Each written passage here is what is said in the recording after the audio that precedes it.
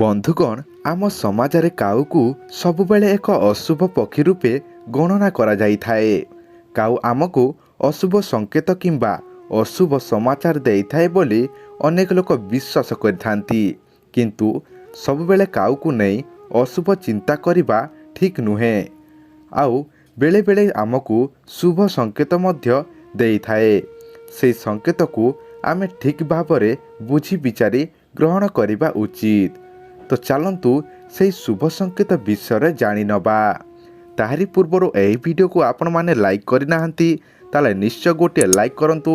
ତା ସହିତ ଆମ ଚ୍ୟାନେଲକୁ ସବସ୍କ୍ରାଇବ୍ ଏବେ ଯାଏଁ କରିନାହାନ୍ତି ତାହେଲେ ନିଶ୍ଚୟ ଗୋଟିଏ ସବସ୍କ୍ରାଇବ୍ କରନ୍ତୁ ଏବଂ ପାଖରେ ଆସୁଥିବା ବେଲ୍ ଆଇକନ୍କୁ ମଧ୍ୟ ପ୍ରେସ୍ କରନ୍ତୁ, ଯାହାଦ୍ୱାରା ଆମେ ଯେତେ ମଧ୍ୟ ନୂଆ ଭିଡ଼ିଓ ଅପଲୋଡ଼ କରିବୁ ଆପଣଙ୍କୁ ଶୀଘ୍ର ହିଁ ନୋଟିଫିକେସନ୍ ପହଞ୍ଚି ପାରିବ।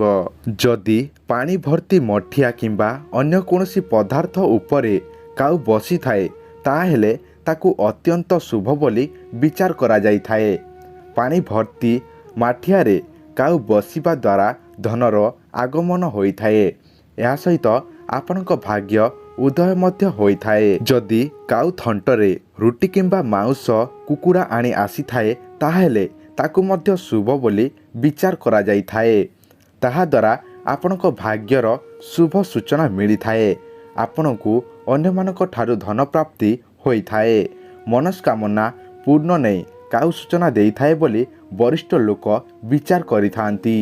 ଅନେକ ସମୟରେ ଆମେ ଦେଖିଥାଉ ଅନେକ କାଉ ଏକାଠି ବସି ବହୁତ ଜୋରରେ ରାବିଥାନ୍ତି। ତେବେ ବହୁତ କାଉ ଏକା ସାଙ୍ଗରେ ରାବିବା ଅଶୁଭ ବୋଲି ବିଚାର କରାଯାଇଥାଏ। ତେବେ ଯେଉଁ ଜାଗାରେ କାଉମାନେ ଏପରି ରାବନ୍ତି ସେହି ସ୍ଥାନ ପାଇଁ ଏହା ଅଶୁଭ ହୋଇଥାଏ। କେତେକ ଶୁଭ ସମାଚାର ଦେଇଥାଏ ତ ଆଉ କେତେକ ଅଶୁଭ ସମାଚାର ମଧ୍ୟ ସୂଚାଇ ଦେଇଥାଏ। କାଉକୁ ଯଦି ସବୁଦିନ କିଛି କିଛି ଖାଦ୍ୟ ଖାଇବାକୁ ଦିଆଯାଏ ଏହା ଆପଣଙ୍କ ପାଇଁ ବହୁତ ହିତକାରକ ହୋଇଥାଏ। ଏହାଦ୍ୱାରା ଆପଣଙ୍କ ମଙ୍ଗଳ ହୋଇଥାଏ ଏବଂ କେତେକ ଗ୍ରହଙ୍କ କୁଦୃଷ୍ଟିରୁ ମଧ୍ୟ ଆପଣ ରକ୍ଷା ପାଇପାରନ୍ତି। ଯଦି ଆପଣ କାଉକୁ ପ୍ରତ୍ୟେକ ଶନିବାର ଦିନ କିଛି ରନ୍ଧା ଖାଦ୍ୟ ଖାଇବାକୁ ଦିଅନ୍ତି ତେବେ ତାହାଦ୍ୱାରା ଆପଣଙ୍କ ପୂର୍ବପୁରୁଷଙ୍କ ଆତ୍ମା ମଧ୍ୟ ଶାନ୍ତି ପାଇଥାଏ। ଏହି ଭିଡ଼ିଓ ଆପଣଙ୍କୁ ଦେଖିଲା ପରେ କେମିତି ଲାଗିଛି ଆପଣମାନେ ନିଶ୍ଚୟ କମେଣ୍ଟ କରିକି ଜଣାନ୍ତୁ। ଯଦି ଭିଡ଼ିଓଟି ଭଲ ଲାଗିଛି ଆପଣମାନେ ଭିଡ଼ିଓକୁ ଲାଇକ୍ କରନ୍ତୁ ଏବଂ ଭିଡ଼ିଓ ତଳେ ଜୟ ମା ଲକ୍ଷ୍ମୀ ନିଶ୍ଚୟ କମେଣ୍ଟ କରନ୍ତୁ ଏବଂ ଏହି ଭିଡ଼ିଓଟିକୁ ହ୍ୱାଟ୍ସଆପ୍ ଫେସବୁକ୍ରେ ମଧ୍ୟ ସେୟାର କରନ୍ତୁ। ତ ଫ୍ରେଣ୍ଡ ରହିଲି, ନମସ୍କାର।